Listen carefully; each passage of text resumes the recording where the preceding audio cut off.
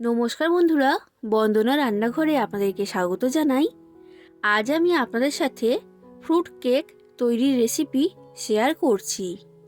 আর কিছুদিন পরেই তো ক্রিসমাস বা বড়দিন। তো এই ক্রিসমাসে দোকান থেকে অনেক টাকা খরচ করে কেক না কিনে বাড়িতেই আপনারা কম খরচে একদম দোকানের মতো পারফেক্ট ফ্রুট কেক বানিয়ে ফেলতে পারবেন আমার এই রেসিপিটা ফলো করে। আর এই কেকটা তৈরি করতে কোনো রকম মাইক্রো ওভেনের প্রয়োজন পড়বে না। গ্যাসের ওভেনেই কেকটা আমি আপনাদেরকে তৈরি করে দেখাবো। আর দেখে বুঝতেই পাচ্ছেন কেকটা কতটা নরম তুলতুলে তৈরি হয়েছে। আর এই কেকটা খেতে হয় খুবই টেস্টি। তাই বন্ধুরা, আপনারা পুরো ভিডিওটা দেখতে থাকুন। আশা করছি আপনাদের সকলের রেসিপিটা খুবই ভালো লাগবে। আর আপনারা যদি আমার চ্যানেলে নতুন এসে থাকেন তাহলে আমার চ্যানেলটা সাবস্ক্রাইব করার জন্য অনুরোধ রইল। দেখুন বন্ধুরা, ফ্রুট কেক তৈরি করার জন্য আমি এখানে একটা চায়ের কাপ নিয়েছি। আর এই চায়ের কাপ মেপেই আমি প্রত্যেকটা উপকরণ কেকের জন্য নিয়ে নেব, কারণ প্রত্যেকের ঘরে মেজারিং কাপ থাকে না। তো এই চায়ের কাপে মেপে প্রত্যেকটা উপকরণ নিলে কেকটা একদমই পারফেক্ট তৈরি হবে। তো আমি এইখানে একটা বড় সাইজের পাত্র নিয়েছি। এবার এই পাত্রের মধ্যে এই চায়ের কাপে মেপে আমি নিয়ে নিচ্ছি 2 কাপ চিনি। এরপর আমি এখানে নিয়েছি 2টো ডিম। এবার এই ডিম দুটোকে ভেঙে আমি চিনির মধ্যে দিয়ে দিচ্ছি। এবার ডিম আর চিনিটাকে ভালো করে ফেটিয়ে নিতে হবে। যতক্ষণ না ডিমের রঙটা পাল্টিয়ে গিয়ে একদম সাদা রঙে তৈরি হচ্ছে ততক্ষণ এটাকে ফেটিয়ে নিতে হবে।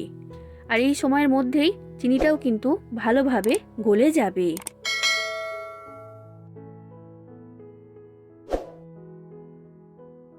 দেখুন বন্ধুরা, প্রায় 5 থেকে 6 মিনিট ডিম আর চিনির মিশ্রণটাকে ফেটিয়ে নিয়েছি। আর এর মধ্যে যে চিনিটা ছিল সেটা এখন অনেকটাই গলে গেছে। আর ডিমটাও কিন্তু সাদা রঙের হয়ে গেছে। এবার আমি এর মধ্যে দিয়ে দিচ্ছি 1 কাপ সাদা তেল বা রিফাইন্ড অয়েল। এখানে আপনারা রিফাইন্ড অয়েলই ব্যবহার করবেন, সর্ষের তেল ব্যবহার করলে কিন্তু হবে না, এটা আপনারা মাথায় রাখবেন। এবার এই তেলটাকেও ভালো করে আমি এর সাথে ফেটিয়ে নেব আরও 4 থেকে 5 মিনিট। আর এর মধ্যে যে চিনিটা আছে এই চিনিটা কিন্তু সম্পূর্ণ গলে যাওয়া পর্যন্তই এটাকে ফেটিয়ে নিতে হবে। সাদা তেলটাকে খুব ভালো করে এর সাথে ফেটিয়ে নিয়েছি। আর এর মধ্যে যে চিনিটা ছিল সেটা এখন সম্পূর্ণ গলে গেছে। এর মধ্যে আমি ডিম ব্যবহার করেছি, তো এটা বেশি করে ফেটানোর কারণে ডিমটা অনেকটাই ফুলে উঠেছে। এর ফলে কেকটা খুবই নরম তুলতুলে তৈরি হবে। এবার এই মিশ্রণের মধ্যে আমি দিয়ে দিচ্ছি 1 চামচ ভ্যানিলা এসেন্স। ভ্যানিলা এসেন্স দিলে খুব সুন্দর একটা ফ্লেভার হয়, কেকটা খেতে ভালো লাগে। তবে যদি আপনাদের কাছে এটা না থাকে তখন আপনারা ভ্যানিলা এসেন্স ছাড়াই কেকটা তৈরি করে নিতে পারবেন। এবার ভ্যানিলা এসেন্সটাকেও আমি ভালো করে এর সাথে মিশিয়ে নিয়েছি। এই যে মিশ্রণটা তৈরি হয়েছে এটা তৈরি হতে সময় লেগেছে 10 মিনিট।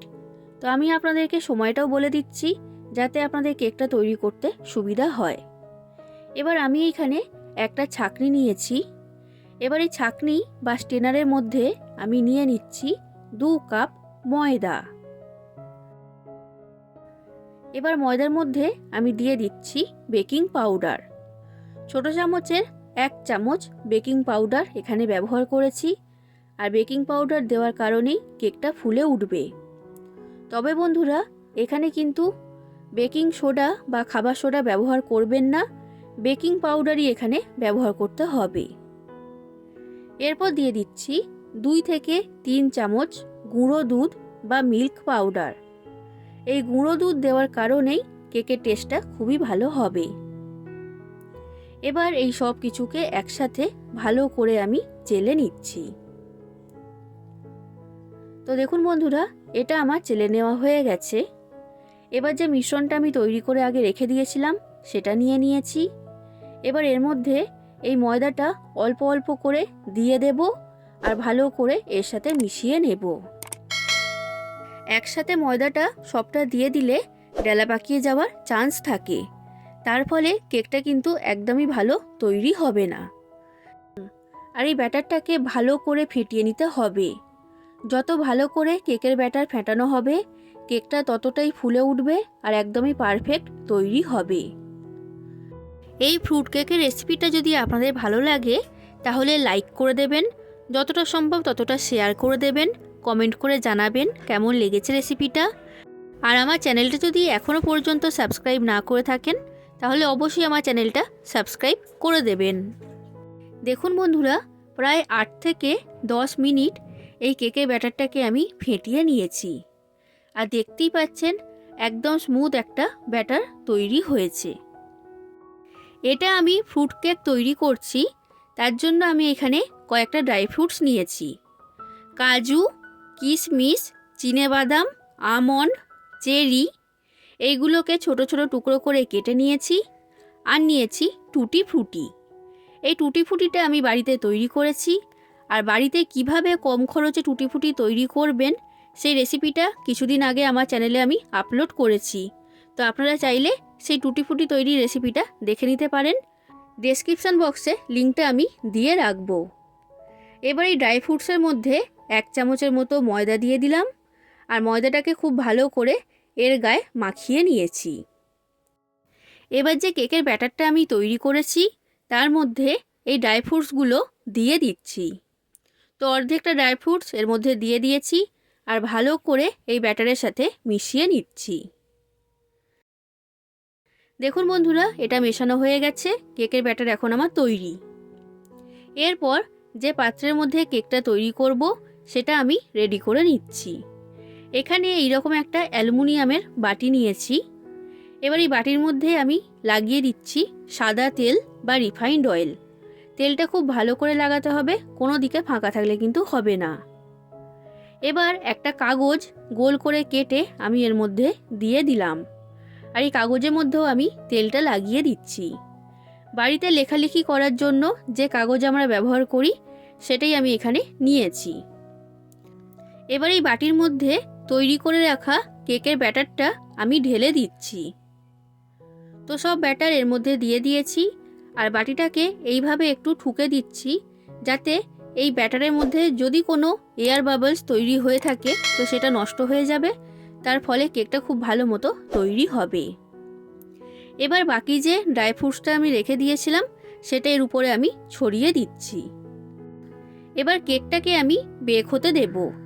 তার জন্য আগেই আমি গ্যাসের মধ্যে একটা বড় ডেচকি গরম হতে বসিয়ে দিয়েছিলাম। গ্যাসের ফ্লেমটা মিডিয়াম থেকে হাই ফ্লেমে রেখে 10 মিনিট এই ডেচকিটাকে আমি গরম করে নিয়েছি। এবার এর মধ্যে একটা স্ট্যান্ড দিয়ে দিচ্ছি। আর এই স্ট্যান্ডের মধ্যে কেকের পাত্রটা আমি বসিয়ে দিলাম। এবার এটাকে আমি ঢাকা দিয়ে দিয়েছি। আর ঢাকাটা এমনভাবে দিতে হবে যেন কোনো দিকে ফাঁকা না থাকে। এবার গ্যাসের ফ্লেমটা হাই ফ্লেমে রেখে 5 মিনিট প্রথমে কেকটাকে আমি হতে দেব। 5 মিনিট হয়ে যাওয়ার পর গ্যাসের ফ্লেমটা কমিয়ে একদমই লো ফ্লেমে করে দিতে হবে। তারপর লো ফ্লেমে রেখে 40 মিনিট কেকটাকে বেক করতে হবে। তো এখন কেকটা তৈরি হয়ে যাক, তারপর আমি আপনাদেরকে দেখাবো। দেখুন বন্ধুরা, প্রায় 45 মিনিটের মতো সময় লেগেছে কেকটা তৈরি হতে। পাত্রের ঢাকনাটা আমি খুলে নিয়েছি। আর কেকটা খুবই সুন্দর তৈরি হয়েছে, দেখে বুঝতেই পাচ্ছেন। আর কেকটা কিন্তু অনেকটাই ফুলে উঠেছে। এবার কেকটা ভেতর থেকে ঠিকমতো তৈরি হয়েছে কিনা সেটা আমি একবার চেক করে নিচ্ছি। তো একটা কাঠি এর ভেতরে ঢুকিয়ে আমি দেখে নিচ্ছি। দেখুন কাঠিটা পরিষ্কার উঠে এসেছে, তার মানে কেকটা তৈরি হয়ে গেছে। এখন এই ফ্রুট কেকটাকে আমি রেখে দেব ঠান্ডা হবার জন্য। দেখুন বন্ধুরা, এই ফ্রুট কেকটা আমার এখন সম্পূর্ণ ঠান্ডা হয়ে গেছে। এবার একটা ছুরির সাহায্যে এই বাটির গা থেকে কেকটাকে আমি ছাড়িয়ে নিচ্ছি। এবার এর মধ্যে থেকে কেকটাকে আমি বের করে নেব। তো একটা প্লেট এর মধ্যে দিয়ে এইভাবে বাটিটাকে উল্টে দিলাম। আর কেকটা কিন্তু খুব ভালোভাবে এর মধ্যে থেকে বেরিয়ে এসেছে। আর এটা খুবই নরম তুলতুলে তৈরি হয়েছে। এবার যে কাগজটা এর মধ্যে দিয়েছিলাম সেই কাগজটা এর মধ্যে থেকে আমি তুলে নিচ্ছি। আর কেকটা কতটা পারফেক্ট তৈরি হয়েছে দেখে বুঝতেই পারছেন। তাহলে বন্ধুরা দেখে নিলেন তো বড়দিনের জন্য বা ক্রিসমাসের জন্য ফ্রুট কেক বাড়িতে কিভাবে তৈরি করবেন। এবার কেকটা আমি আপনাদেরকে কেটে দেখাচ্ছি যে ভেতর থেকে কেমন তৈরি হয়েছে। দেখুন বন্ধুরা খুবই নরম তুলতুলে আর স্পঞ্জি তৈরি হয়েছে। তাহলে বন্ধুরা আপনারা বাড়িতে এইভাবে ফ্রুট কেক তৈরি করবেন। আশা করছি আপনাদের সকলের রেসিপিটা খুবই ভালো লেগেছে। তাহলে বন্ধুরা আজ আসি, আবার দেখা হবে অন্য কোনো দিন অন্য কোনো রেসিপির সাথে। ধন্যবাদ।